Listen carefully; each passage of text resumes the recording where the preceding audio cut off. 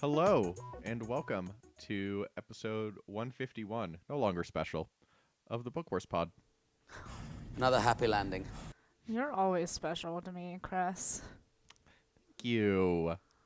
Miranda's my favorite for this episode. Hey. That's not new. That's not. I think it might be new. Don't tell I was Nice. gonna say, wait, Rana, who is my? Is she my favorite usually? I have no idea. This is I'm news just to talking me. shit. I'm just talking shit. I don't know. I didn't know we were keeping favorites. Shit. Well, now I'm gonna start thinking about who's my favorite every episode. I don't like it.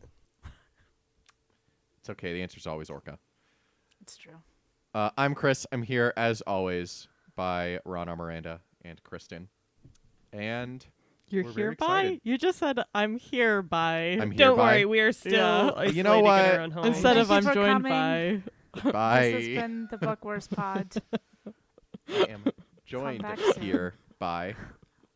You know when you're like reading and you skip over a word and you have to go back? Well, I just did that while I was speaking, so. I know. That's why I was like. I thought we were just gonna let it go. Honestly, Oh, I Chris honestly is wasn't paying attention short-circuiting. 'cause I just see. I was going to say, if y'all hadn't called me on it, nobody would have noticed. Nobody listens. That's true. We are Jasper's starting. in the frame. Jasper is in the frame. he's so cute with his little white stripe and his little ears. Top of his fuzzy little ears. Jasper. We are hereby starting the High Republic today. Wow, wow, wow, wow. I was going to say, all right, cool. We're all excited about that. Yeah, so we're reading Light of the Jedi by Charles Soule. Basically part one. Yes, part one? Yes. Yes, Not part one. basically part one. No, We you're read right. Exactly part one. Unless it's like unless somebody lied to me, I was pretty sure that's how much. Well, it says book we start were through reading. part two on the outline, so I was like, so I had to improv it a little bit. Okay, technically that's what it is. Through the start, but the word "through" implies. Yeah, how do you use hyphens usually? It's I not don't. generally. They're usually Keeks inclusive. had to put together this whole thing, and now we're all like roasting her for the It's slightest fine. grammatical error. Here, ready? I'm gonna fix it in Punctuation. the outline. I think the listeners can really appreciate our outline edits. Thank you, Kristen. I Before updated we it to start, we read part one. excellent. Well, for doing that, you get to go first in the what are we drinking phase. Oh, I'm eating ice cream. That's what I am having tonight. Nice. I'm continuing to do dry January, so I am eating much more ice cream than usual. What because type of I ice need cream is it? something. It's mint chocolate chip Tillamook. I always approve of ooh. mint ice cream. Yeah, me too. And I found I've tried a lot of different mint chocolate chip ice creams. I really like the size of the chips in this one, and they don't dye it green, which is always a plus. It's really creamy. So 10 out of I 10 like it for when the it's Tillamook. green. I like it. I'll have to look it up. It's I a haven't had one mint creamery chocolate in chip. Oregon. I'm Yeah, with we you, have them Burb. here. Oh, good. Yeah, What yeah, do we you- have Tillamook here. Burb, I'm with you. I like it when it's green because I'm a fucking Yeah, savage. It's so fun. Like it's It like you how know, green are it's- we talking though? Like Talenti green or like Friendly's green? You know, Friendly's does not exist in the rest of the country. Never mind. I was gonna I say know about I'm not- Friendlies. I'm not You're fine. familiar. Exactly. Like, I know about okay. Friendlies. It's fine. You're Don't good. Like, I don't know. It's the last time I saw some Friendly's ice cream. Okay, you're not from. It's fine. They're in Maryland when they existed, Yeah, they're right? the East Coast. Yeah, we're a Turkey Hill family, man. True. My Oh, point but is just like Friendly's ice cream is too green. Sure. At that point, like it's mostly food coloring. But That's yeah, fair. I don't mind me some food No. coloring. Yeah, I don't mind the Talenti. It's I It's use like a the decent- Mediterranean mint one tastes a little bit like toothpaste to me. fair. And I love all things mint, but the peppermint one is so good. And honestly, I will still eat the one that tastes a little bit minty or toothpastey because like it's still mint and chocolate. So Mm-hmm. There you go. Very fair. Twin 2, what are you drinking? I am almost done with the Sprite. I got some water over there. Nice. I had a couple beers earlier, and then I was like, I needed to maybe sober up a little bit because I just feel like in a weird in between. And also, you know how like if you have a couple and then you kind of stop, like you do not want anymore. Yeah, that's true. So I got the Sprite and I got some water. Nice. For those who don't know, he called her twin too because both Burb and Keeks, apparently maybe all of Portland, I don't know, have, of course, their typical glasses and then the same Migration Brewing Company shirt. So There's That's a third. true. There's Small a third sample one size. of our. Yeah, there's a third one of our friends that also has this sweater. that you're wearing today? Yes.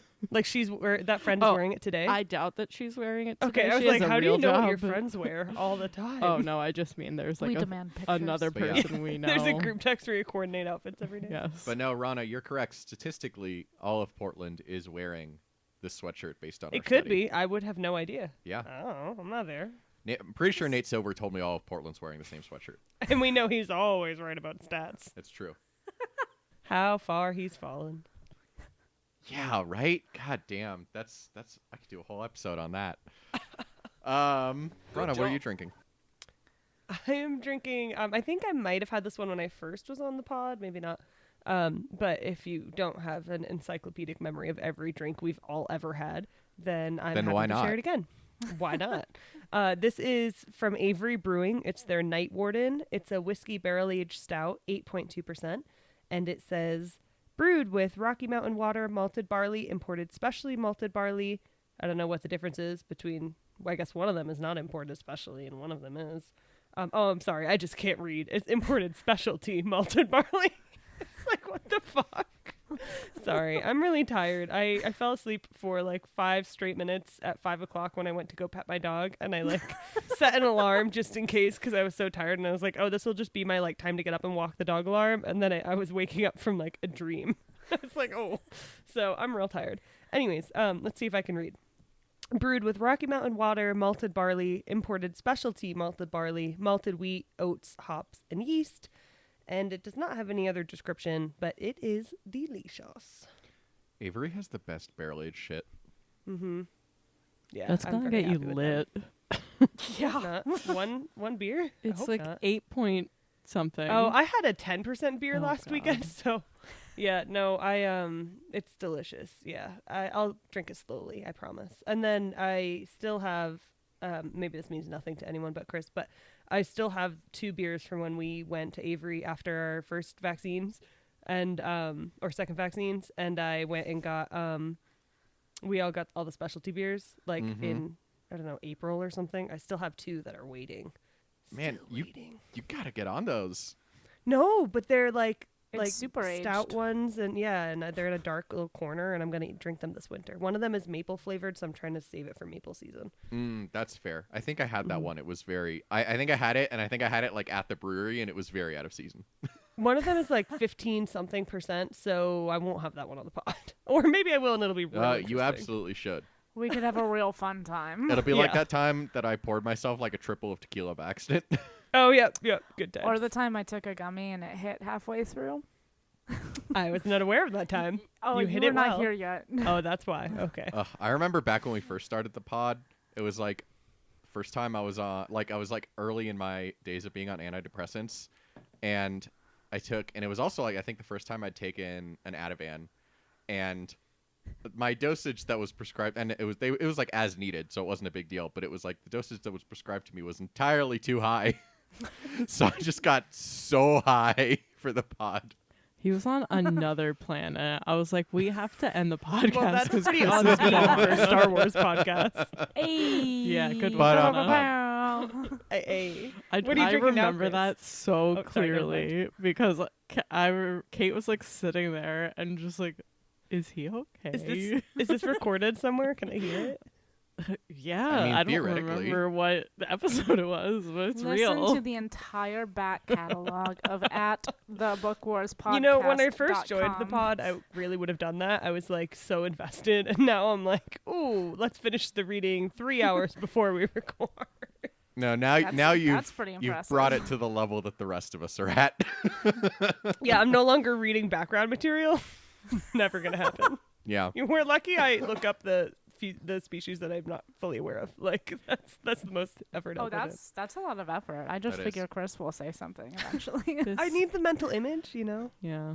This I need is the a- mental image, and I also need like I need to have voices in my head of what they sound like to keep them straight.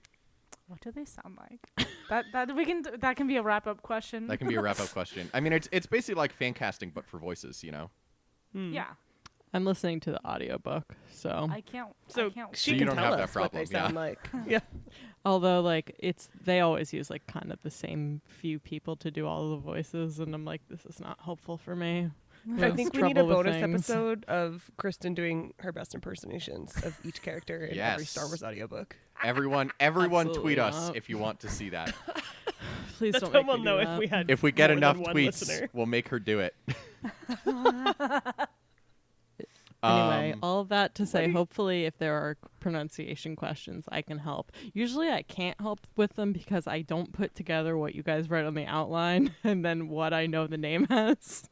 Okay, But we'll try to get there. Okay, but my favorite thing is that the name of the Nile leader, who we have not met yet, Okay. Spoilers. is consistently pronounced incorrectly in all the audio works. So that's what I was going to say is every audiobook I've ever listened to, like, okay, that's a lie. I don't really listen to a lot of them. But sometimes I get really aggravated when I listen to an audiobook because I'll be like, okay, I've heard, like, the author reference a character, and that's clearly not how their name is said. And then they say it this way in the audiobook, and it just makes me want to throw whatever I'm listening to it on out of a window, which is especially inconvenient because I'm usually listening to audiobooks in a car. So, anyways, Chris, what are you drinking? I'm drinking nothing. I had a glass of water, and then I drank it, and now we're here. So I'm excited. You better hope we all share the load of talking, or else you're going to wish you had more water. I know, I really am. Train Orca. Well, I was going to say I could text Kate to bring me more water, but we all know she wouldn't do that. Oh, right. So, Kristen. Oh, wait, no, with the cause. Sorry. So, for this book, Wow. I had we're I had a we're good joke. Don't worry interesting about tonight. it.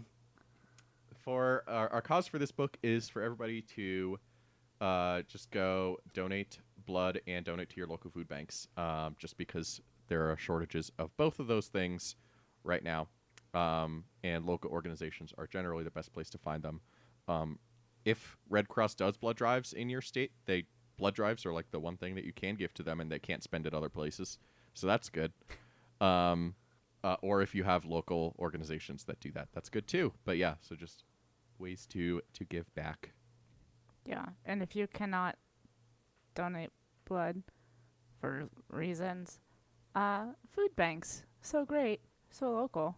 Yeah. But like give them money. Don't just like throw food at them because they always have Yeah. like more food than they just give them the money. No one needs that canned pumpkin that you accidentally bought the sweetened version of 2 years ago. Yes. Just pay them. All right. So now, Kristen, would you like to ask our foundational question? Yeah, when and where are we? I'm so glad you asked, Kristen. We are, as viewers may know, 200 years before the Skywalker saga. So roughly 200 years before Phantom Menace, specifically. Would you say that we're in the High Republic era?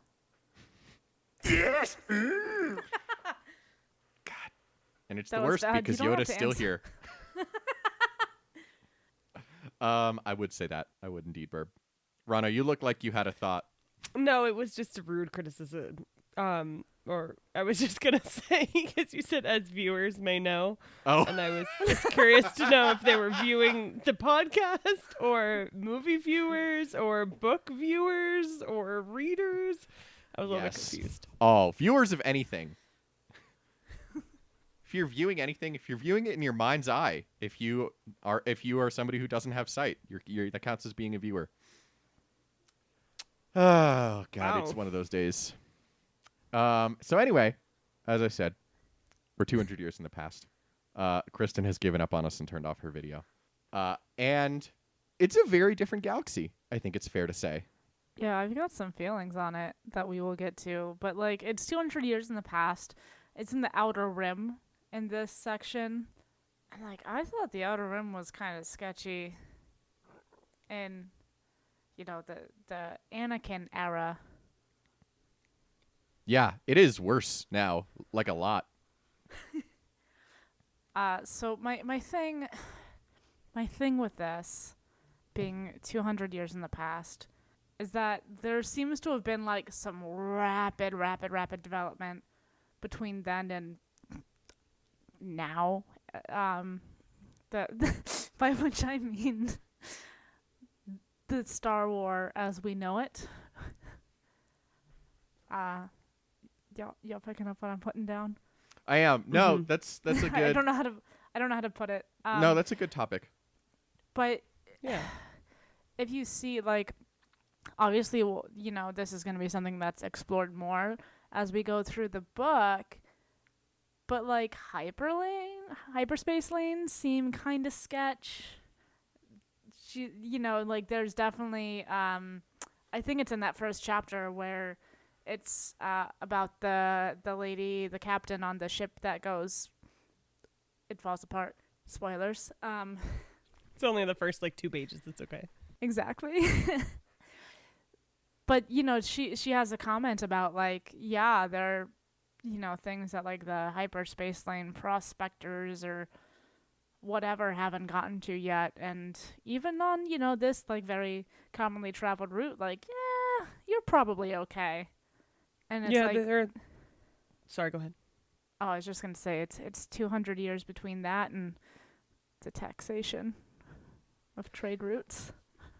Yeah, I was going to say, I think there are a couple different references to how even if you're a good pilot, you might not know, like, it's too risky to go in certain parts of hyperspace. You might not know where you're going to pop out, and all of that I found very interesting. Though I suppose in the grand scheme of, like, not that... No, you know what? I'm not going to make that point because it would have made no sense. It vaguely formed a shape in my brain, and my mouth was like, bitch, stop. So I'm a mute.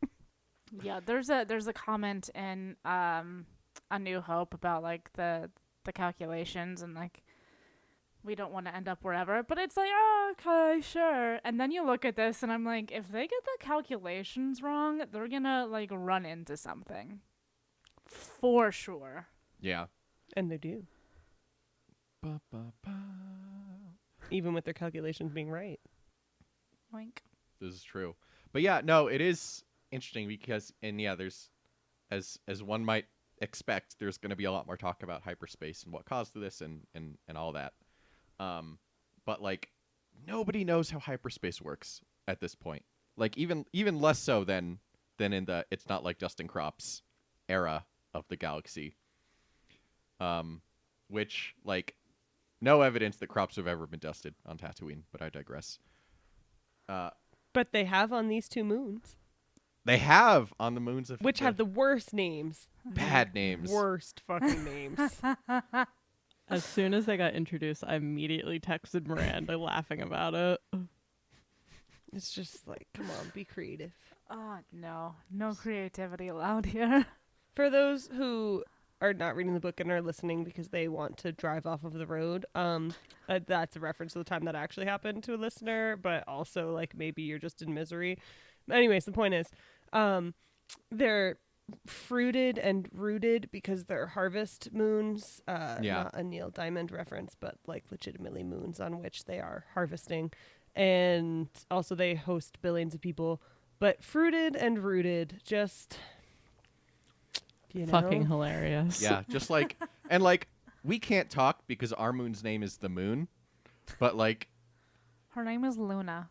How do we not have an audio bite of That's No Moon? Wow. Audio bite's not a word, but just pretend it is. Sound bite. Chomping on the audio. I'm so tired. God, I'm so tired that my brain went to the fucking I think you should leave. He's eating all your points. He's eating all your audio. I don't remember that one. I'll have to rewatch it. Oh, it's great. It's when Chunky eats his points. Anyway, so yes, Miranda, to your point about it only being 200 years ago, I am am of two minds on this, because on the one hand, I agree with you. You would think that it would be closer to what we see. But on the other hand, in like 15 years, the Empire like erases all evidence of the society that came before it. It's true, but I mean, that's with like a whole propaganda machine, right? Like, this is thousands of years of, progress and innovation in a worldwide galaxy. That's how that works. In a whole ass galaxy. And I think when details of the High Republic first came out, part of me really wished that we were setting this earlier. Yeah.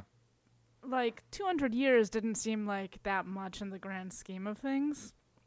And looking at this, I'm like, there's mention of like, hey, this Bacta thing sounds cool. That might be helpful in the future. And like 200 years, which is a fair time for the Bacta thing, but it just seems so established.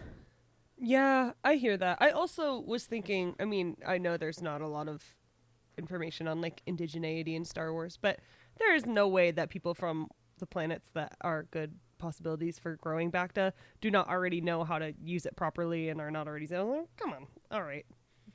But I get it. It was about the implementation in these worlds to harvest it with the algae farms and everything, but still, I was just like, all right, this is cool. Fine. Settle our colonialism in space. I mean, that's the whole point of the film and movie, and my brain is broken. Can we cut that? It's the whole thing. It's the Republic. They're going. Exactly. The Republic's going across the Empire. I was trying to say the word story when I said film and movie, but I meant story of greater Star Wars canon. There we go. Go ahead, Burb. Yeah, no, it's like the Republic is expanding to everywhere. The whole thing is kind of colonialism, except that people seem to like the Republic. It's a little culty because they're always like, we are all the Republic. But a message got across from the government? Yeah, that's really interesting to me, of how there are a couple of references of, people, there are always people who want to avoid the High Republic or who want to avoid, and want to be in the Outer Rim. But I agree definitely about the cultiness, like when it's said a lot right before people die, which I guess you want to belong to your society and you want your society to belong to you and so on. But it is very different than anything that I can recall in Star Wars canon. I don't know if I'm forgetting a major thing, but yeah, it's fascinating to see everyone, whether they're like a layperson on a ship getting messages across or doing things or someone who you might expect to believe in the Republic, is all of them just keep saying over and over again, we are all the Republic. Mm-hmm. Yeah, I'm trying to think of something similar possibly in other media. But I mean, it's kind of the same as what we see in the Skywalker saga series with May the Force Be With You. It's said as like a parting thing and a, hey, we got to do this mission thing. And like, it's very weird. Yeah, it is. You can for sure tell it's a different era. It's an era that there's been peace, for one thing. Like, there aren't sides as much, and obviously that can never be entirely true because even science fiction can't envision of a truly classless world. But like, and we're going to find that out. We're going to find that out with denial and some of the havoc that they wreak in the Outer Rim. But like, it is, good times breed camaraderie in a way that is, and especially in times where there's more to like, where there's more resources being discovered and there's more opportunity and like the myth of opportunity. I mean, like this fucking American dream that fucked us all over and made poor people think they're millionaires. But like, I don't know. I feel like I had a point and I lost it, but you know what I'm saying. Sure. Sorry for not muting. I forgot I wasn't muted and just a big sneeze. It was so funny. Also, Burb, I've been Googling while you two were talking about the period of time that is 200 years and how much Oh. technology advances. In the 1820s, I was just thinking about this. I'm glad was you're just actually thinking putting about like this, facts too. into it. the steam engine was one of the latest and greatest technological improvements. The world's first electromagnet was created in 1824, and the world's first prototype of a computer. And by computer, I mean a manual, hand crank little series of gears and numbers to compute equations. Sure, and that is something that I was thinking about, but also like the Republic has way more resources than we do on this shitty planet. And like once you really get into like technology and stuff, it advances very rapidly. It's interesting because technology advances in the world of Star Wars, but I feel like ethics and morals do not. Whereas, like, if we think about the 1820s, the general mind frame of people in power throughout most of the world, but especially in the United States, was just like based in bigotry and like genuine like evil, like owning human beings and all sorts of things. And so I think it's like fascinating that we don't see in 200 years much of a change of that in the actual Star Wars morals and ethics. It's like, well, people got a little bit worse. Well, don't know. Yoda's That's not in strange to me. charge yet. Fair enough. He is, though. That's the weird part. Thankfully, there's not a ton of Yoda in this book. Our feelings on Yoda are quite clear and part of the record. But yeah, no, I mean, I guess the only thing I would say in response to that is like the jump in certain things, like Bacta in particular, going from nobody fucking knows what it is to it is completely ubiquitous and not even scarce, is definitely quite a jump. But technology does advance exponentially. Like it is, like what's the Something's law about yeah, the I think it's like microchips. Moore's Yeah. law, where it's like Moore's law, yep. yeah, it's like the amount of connections, or I don't do technology, but the amount of like connections on a computer chip like increases like by 10, like by a factor of 10 every year or something. Yeah. And so It's that it doubles every 2 years. doubles every 2 years. Yeah, the so number exactly of what I transistors said. in a dense integrated circuit doubles about every 2 years, and that was coined in 1965. There you go. Yeah, but the thing is, like my thing with this, the Republic is together. Like they're not super in the outer rim, but largely the core, the mid rim, like it's kind of, under the Republic, and there are some hyperspace lanes, and I understand that part is going to take a while. But even that, like, they have to have had these in place for at least some significant period of time, because you don't just fly from Coruscant to the mid-rim. Like, you can't do that on real time unless you want to die on the way, just because you get old. Like, we went, again, this is not the same, but we went from, like, a beach in North Carolina to the fucking moon in under 70 years. Yeah. And since then, we're all carrying around our little iPhones. We're making a podcast, which is exponentially more technology than they had when they shot people into space. Are we making a podcast? Great question. question. Not Yeah. we as 4 individuals, but I guess we as society might Yeah. be accurate. As a species, humanity makes podcasts. But yeah, no, you're absolutely right, Burb. And I think another part of this that we haven't really gotten to, because we haven't met Chancellor So in person yet, is like, speaking of the moon and like Kennedy and Obama and those times, everybody wants to be part of the Republic when they like who's leading it, Mm-hmm. Everybody wanted to be American or Friends of Americans in the first, few years of Obama. Like after Bush, like everybody was like, "Oh my God, it's amazing! Like we're part of this brave new world. Like it's He knows how to fantastic." tie his shoes. Yeah, the bar was not high, but it is, there is that sense of camaraderie also comes from charismatic leadership as well, and I think that, as we will. I think it is going to become more clear, but like the whole "We Are All the Republic" thing is that That's is her Lena thing. So's like essentially like campaign slogan. Yeah. So was it like gonna it's that's also a big part of it.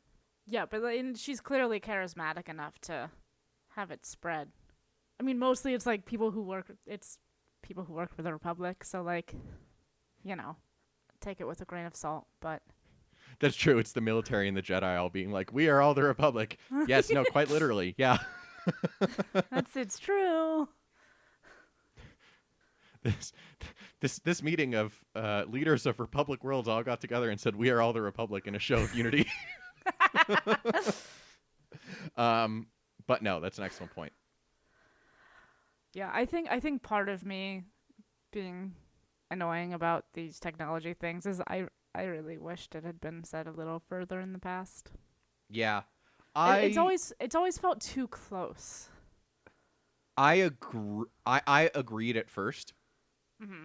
and I want us to come back to that question after we read this book and this whole like first phase of the High Republic. Yeah, I'm sure I'll be proven wrong. Yeah, because I absolutely thought that too, and I'm not sure if I still feel like that. And there's definitely stuff that we're going to talk about. Cool. Sorry, I'm just making a note so I won't forget. Oh my God! He admitted.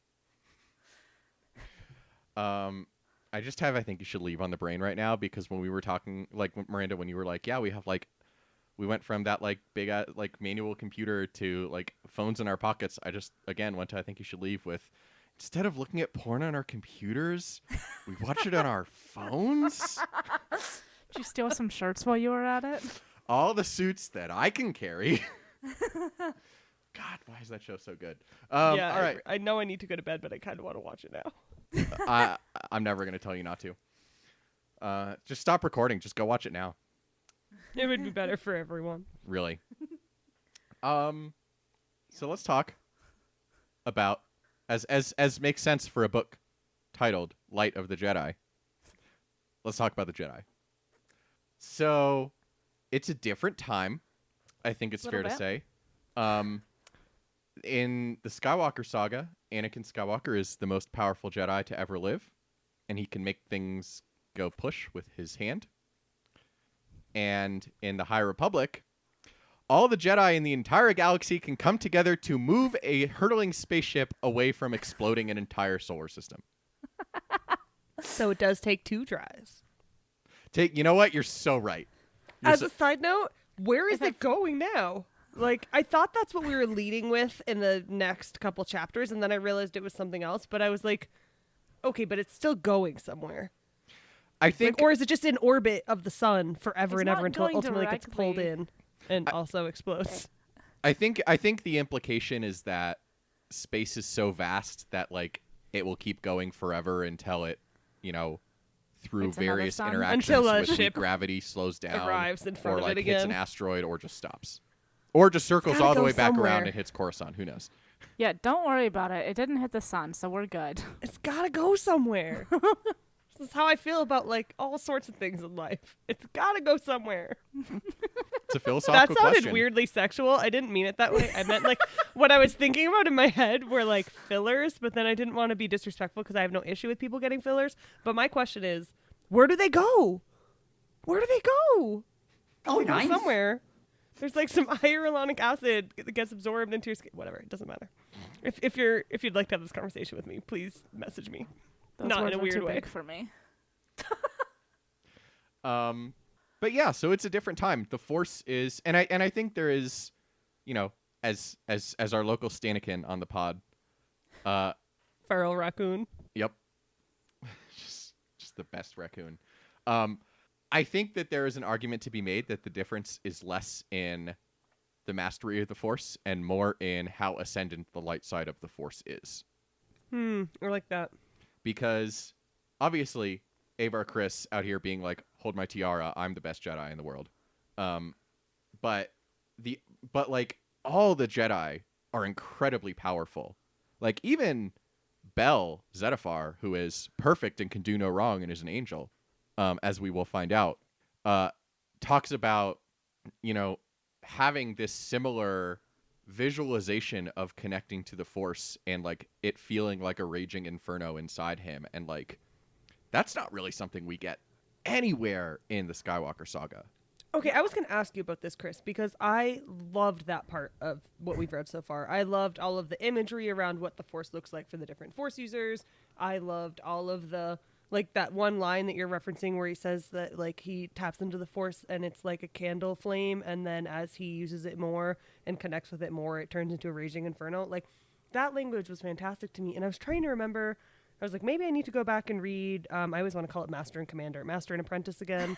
Like, but I couldn't remember seeing that sort of visualization of the Force in such an interesting way. And I was going to ask you about where else we've seen that, because it was new to me and I thought it was awesome. I kind of was thinking that, like, this, we really haven't seen it. You know, it's like we kind of get like, oh, the Force, but like we get descriptions from multiple people of how their visualization of the Force manifests within, like, what's the lady's name? Avar Chris? Avar Chris, yes. Avar Chris. She's like, yeah, so it's music. And she just, like, hears it, and, like, it's all bright and shit, and it's really, really cool. Mm-hmm. But I think it's, like, the first really in-depth look that we get at, like, the Force's connection with Force users. Yeah. No, I completely agree with that. And Rana, to answer your question, at least in canon, I don't think we've ever seen something like that before. Okay, awesome. That's what I was thinking, but I obviously have not read all of the books the pod has, so didn't know for sure. I mean, you know, there's moments where, like, somebody will have, like, this moment of, like, connect where they feel even more connected to the Force than ever before. But this level of visualization and, like, it being something that you can call upon to that extent consistently, the way that, you know, someone like Avar or will meet Loden Greatstorm and Elzar Mann and Stellan Gios and all these other people who visualize it in their own ways. That is frankly unheard of in the Skywalker saga. And it, you know, it's kind of a throwaway line in Miranda's favorite movie, Attack of the Clones. But, like, Mace Windu says, we need to inform the Senate that we are losing our ability to see future events through the Force. And, you know, the shadow of the dark side is never more apparent than when you see a galaxy fully without it. I'm so glad that you mentioned that line, because it kept popping up when I was reading it. Was like, and is there some other line, or is there also something about, like, that our ability to use the Force has lessened or something like that? Like, there's some reference. I think that's the line, and I got it wrong. Yeah. Oh, aha! I never thought I'd correct Chris. Yes, on a movie I had, like, my least seen, well, second least seen, Phantom Menace. No, I lied. Forgot about the sequel trilogy. Never mind. Anyways, my point is, like, I kept coming back to that line in my head as I was reading, because I cannot imagine any of these things other than maybe getting into that fortress happening in any of the Skywalker saga. Yeah. Yeah. Like, it's like the equivalent of, like, trying to lift, you know, a massive amount of weight on Earth and then tearing your hamstring. And tearing your Just hamstring. kidding, sorry. And then realizing that the standard is actually moon gravity. Yeah, exactly. Wild. Yeah. So it is interesting to see, and I also think it is potentially fair to say, and we'll get into this more too as we see more work with Padawans and how Jedi Masters are training them. But I think it also comes into how Jedi are being trained. And you don't see necessarily... Well? What? The Jedi are being trained well? Oh, yes. I mean, yeah, honestly, like, you know, like I said, we'll get into it with more details, but there's an openness and a freeness in allowing people to connect to the Force in their own way that, as you would think of it, will naturally lead to better results for people. And you don't have the again from the movies, the narrow dogmatic view of the Jedi. That doesn't feel apparent. Like I'm trying to imagine Yoda being like, and the Force in the Skywalker saga, like Dagobah Yoda being like, and the Force can be anything you want it to be. Like, no. He's gonna hit you with a cane and, like, correct you. There's no way. Yeah, I've only read this book, but I am so excited to see what kind of Jedi shit we continue to get in the High Republic, because like even just this section, this is the ideal of what the Jedi are and what the Jedi should be. Like that's peacekeeping. Mm-hmm. Yeah, they also seem more self-aware, ironically, Yes. despite being more powerful. They have a reference where they say something like, well, we're not gods, we're Jedi, but we're not gods. And like they recognize that they exist using the Force at sort of the will of the Force, and lots of things where there's a little bit more humility and self-awareness than we see later. Mm-hmm. And they have a much better and healthier relationship with the Republic as well. Absolutely. And with the Republic's military for sure. You know, there's a line in one of the Avar Kriss sections where, you know, it's like she's on the ship, and there's the captain of the ship, and like he kind of cedes everything over to her because he's like, I'll send my little flyboys out, but like you're the Jedi and this is Jedi shit right now. Like she's not a general, right? She's just a really good Jedi who's on this space boat, and she's here to help. Yeah. As a side note, I love when they get referred to as space wizards. I think that's what they call them. Is that what they call them? Yeah. Not space wizards, Yeah, Force yeah. wizards, something like that. Yeah, space. The rest It of the kills galaxy, me they're every just like time. us. Yeah. I'm picturing like Gandalf with a... Sorry, I just got attacked by the eraser for my dry erase board.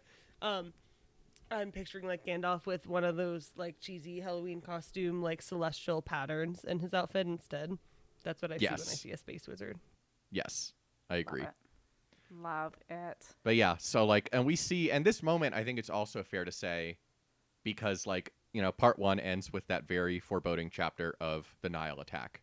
And we're going to obviously talk a lot more about the Nile and the threat that they pose in a literal, but also a kind of a spiritual sense for the Jedi. But like, the Hetzel attack is like potentially the high point of the Jedi in this era.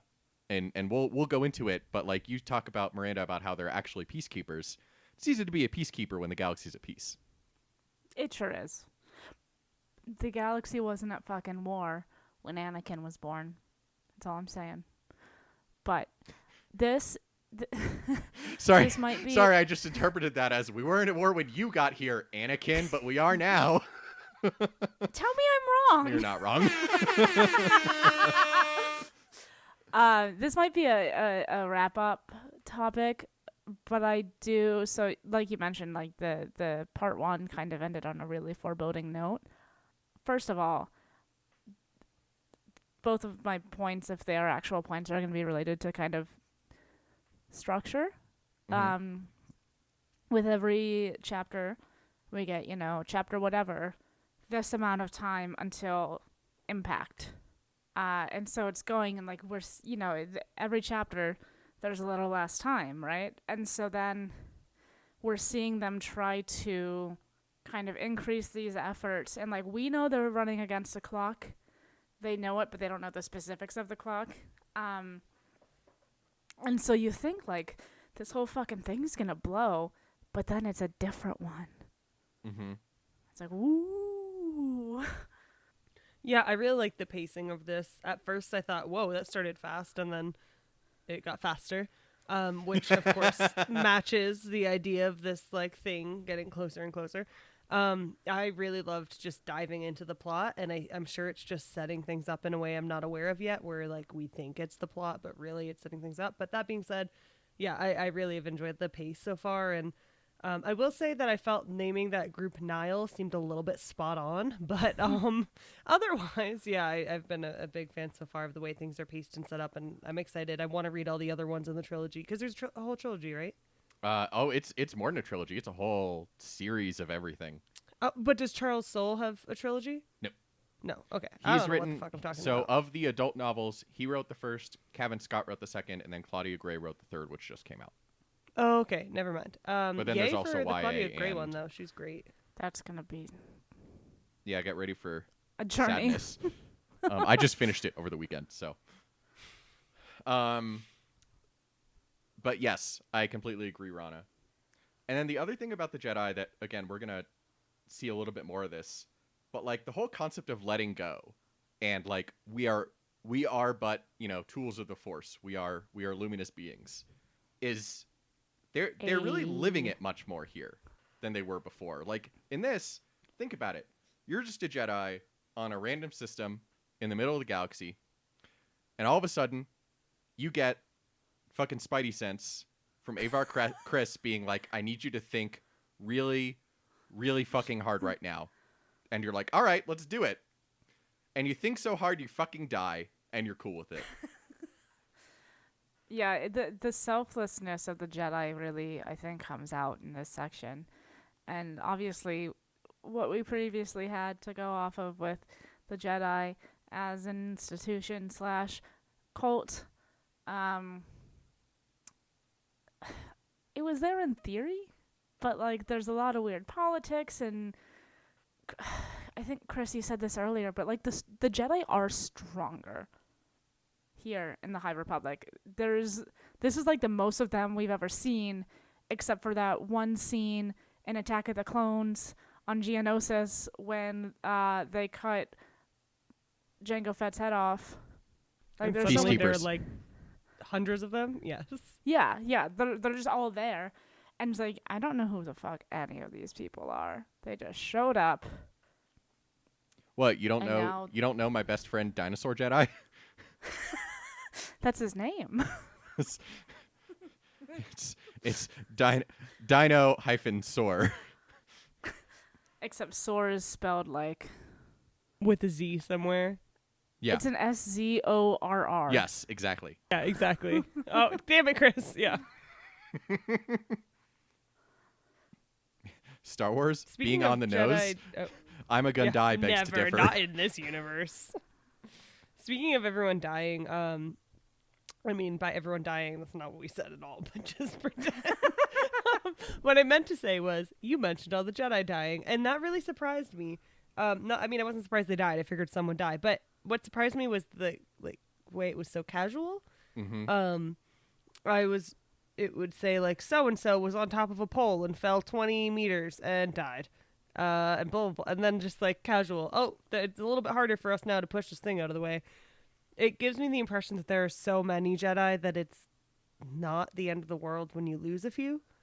Yeah, And but obviously also, that's going to be real different in a couple centuries. what I think is weird, and maybe it's a strength of, the kind of core tenets of the Jedi Order, is that Avar Chris is feeling all of this. Like, these are her friends. And she's like, oh, there goes another one. No attachments. It's like, God damn, girl. I will say, as a side note, I felt really bad for anyone else on the ships, the 3 ships that crashed, because the Jedi were flying them and then averted their attention and I guess didn't park or whatever, or didn't like get an autopilot. Like, you could have flicked 2 switches. That one, I wasn't super impressed by those 3 deaths. But also, they must have had a whole crew. Yeah, no, I really... The Jedi fucking flying around essentially in like plastic bubbles with jets on them is a questionable decision. It's very funny, though. Especially when you, picture them in their weird force trance when they're all Yeah. using it to move this giant fucking shit of Tibanna gas. And, I imagine, their eyes kind of glaze over and they're just still flying. Yeah. Just zooming along. And also, in this, again, we're going to get a lot more of the Padawans, but the Padawans get to do shit here. Bell is doing shit alongside Loden, even if he's not always doing it up to the standard he wants to be. He is doing it. Burryaga, who is the best character in Star Wars, bar none, except maybe Anakin. But no, Burryaga's better than Anakin. Burryaga's the new apple of my eye. But he is, again, on this mission, being no, we need to change the plan. We can't do this. This level of responsibility is imagine fucking 20-year-old Anakin doing all this shit and not having people glaring at him. Well, it's interesting because on one hand, I was offended for, my brain is failing, for Burryaga, because they were like, oh, he just doesn't know how to control his emotions. It's fine, just ignore him. And then thankfully his, I always hate the term Jedi Master, but His master then is like, no, actually, I actually like listen. He's right. But I did feel kind of sad for him because he was trying to tell everyone, no, something's happening, and everyone's like, that's not English. It's or basic. That's fine. Mm-hmm. That's not Something- basic. So Yeah. he's just crazy. I think with the Padawans being better and having more responsibilities, and granted, we only see like a little bit of it in the Skywalker saga. They're much better at training their Padawans. Absolutely. Like Obi-Wan didn't really do shit. Anakin certainly didn't do shit. But you know, here you've got Belle's Twi'lek man, being like, okay, so you're gonna jump out of this plane now. He's like, just float down. It's okay. Yeah. And it's like, they're forced to learn how to do shit, and like, what's the Wookiee's name? Buryaga. Buryaga, his master, like there's a whole thing. She fucking knew that she was gonna take him and like went off and learned Shirwook. She was like, it's hard for humans to do this with our vocal cords, but it's important for me to have this Padawan, so I'm gonna fucking do it. Anakin would never. Anakin Like, barely wants to learn Ahsoka's name at first. Like Qui-Gon would never. Yeah. There's a lot more commitment, I think.